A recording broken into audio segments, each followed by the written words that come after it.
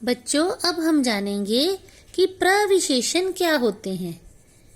देखिए, विशेषण शब्द जो होते हैं वो संज्ञा की विशेषता बताते हैं और विशेषण शब्दों की विशेषता प्रकट करने वाले शब्द विशेषणों को प्रविशेषण कहते हैं। यानी कुछ शब्द ऐसे भी होते हैं जो विशेषणों की भी विशेषता बताते हैं, जिन्हें हम प्रविशेषण कहते हैं। जैसे दीपाली का लेख सबसे सुंदर है, ठीक है ना। अब ये देखिए, लेख संज्ञा है, सुंदर इसका विशेषण है, लेकिन इस विशेषण का एक और विशेषण बन गया सबसे। तो ये जो डबल विशेषण हो गया, विशेषण का विशेषण, उसे हम कहेंगे प्रविशेषण। अब दूसरी उदाहरण देखिए, अमरदीप सबसे छोटा भाई है, ठीक है। अब ये सबसे छोटा भाई, भाई जो है वो संज्ञा है, छोटा भाई, भाई का विशेषण है छोटा, लेकिन सबसे शब्द जो आया वो प्रविशेषण है, क्योंकि वो छोटे की विशेषता बता रहा है कि कितना छोटा, यानी सबसे छोटा। ऐसे ही नमिता बहुत पतली है। अब नमिता जो है संज्ञा है, पतले होना उसका गुण है, उसका विशेषण है, और बहुत शब्द पतली विशेषण की विशेषता बता रहा है, तो इसलिए बहुत शब्द क्या हुआ, प्रविशेषण। प्राची घोर कंजूस है। प्राची संज्ञा शब्द है, कंजूस होना उसकी विशेषता है, लेकिन इस विशेषण शब्द की विशेषता कौन सा शब्द बता रहा है, घोर। तो घोर क्या हो गया, प्रविशेषण, क्योंकि ये घोर जो है विशेषण की जो है विशेषता बता रहा है। इन वाक्यों में आए सबसे, बहुत, घोर प्रविशेषण है। ये विशेषण शब्दों सुंदर, छोटा, पतली और कंजूस की विशेषता प्रकट करते हैं। अब ये आपको पता चल गया ना कि प्रविशेषण क्या है। वह शब्द जो विशेषणों की भी विशेषता बताते हैं उन्हें प्रविशेषण कहते हैं।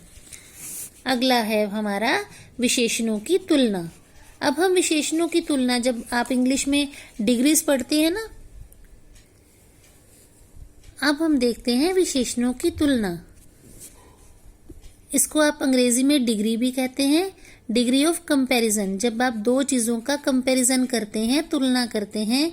आपको याद दिला दूं, जैसे आप कहते हैं good, better, best, beautiful, more beautiful, most beautiful, great, greater, greatest, तो ये आप डिग्रीज बोलते हैं ना जब आप इसमें कंपैरिजन करते हैं। उसी प्रकार हिंदी में विशेषणों की तुलना की भी 3 अवस्थाएं हैं।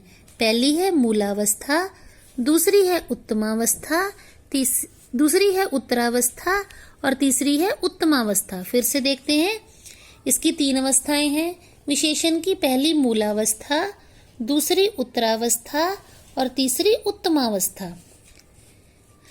अब मूलावस्था क्या होती है, इसमें विशेषण शब्दों का प्रयोग केवल व्यक्ति या वस्तु की गुण, दोष आदि के प्रकट करने के लिए किया जाता है। इसमें किसी की किसी से तुलना नहीं होती, ठीक है ना। इसमें तुलना नहीं होती मूलावस्था में। अब जब आती है उत्तरावस्था, तो उत्तरावस्था में 2 वस्तुओं की या 2 व्यक्तियों की तुलना होती है। अब मूलावस्था में ये देखिए उदाहरण, मानव ने लाल कमीज पहनी है। अब मानव का किसी के साथ कंपैरिजन नहीं हो रहा, तुलना नहीं हो रही, ठीक है ना। लेकिन उत्तरावस्था में हम तुलना करते हैं। इसमें 2 प्राणियों अथवा वस्तुओं में तुलना की जाती है। इसमें से कम, से अधिक, से बढ़कर, की अपेक्षा आदि शब्दों का प्रयोग किया जाता है। जैसे तान्या कमल से अधिक पढ़ाकू है। इसमें कमल और तान्या का आपस में कंपैरिजन हो रहा है, तुलना हो रही है, यानी 2 व्यक्तियों की तुलना, ठीक है। और शब्द क्या प्रयोग हुआ, से अधिक। प्रभजीत बलजीत से बढ़कर कंजूस है। अब यहाँ पे प्रभजीत और बलजीत का 2 व्यक्तियों का आपस में कंपैरिजन हो रहा है, तुलना हो रही है, तो यहाँ पे से बढ़कर शब्द का प्रयोग किया गया है, ठीक है। अब अगला आया हमारा तीसरी अवस्था, उत्तमावस्था। इस अवस्था में अनेक प्राणियों और वस्तुओं में तुलना करके किसी एक को सबसे अच्छा या सबसे बुरा बताया जाता है। यानी इसमें 2 से अधिक प्राणियों में, वस्तुओं में या व्यक्तियों में तुलना हो रही है।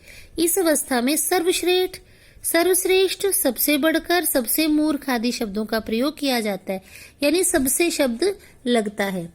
जैसे सौदामिनी कॉलेज की सर्वश्रेष्ठ गायिका है, यानी सबसे अच्छी। अब सौदामिनी की तुलना कॉलेज के अन्य बच्चों से हो रही है, सभी बच्चों से। अर्पणा सबसे मूर्ख महिला निकली, यानी अर्पणा की तुलना सारी महिलाओं के साथ हो रही है और वो उनमें से सबसे मूर्ख निकली।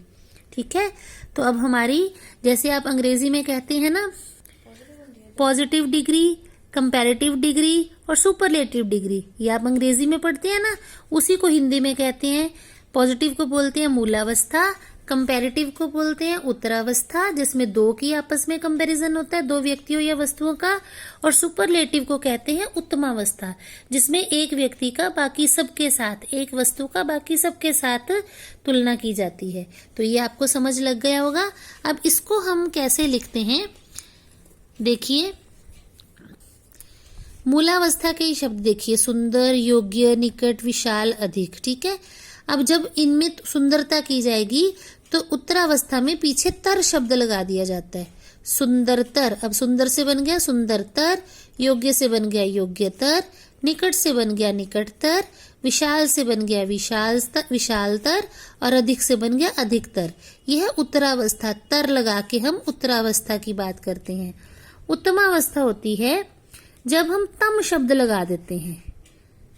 उत्तरावस्था में तर शब्द लगता है और उत्तमावस्था में तम शब्द लगता है सुपरलेटिव डिग्री में।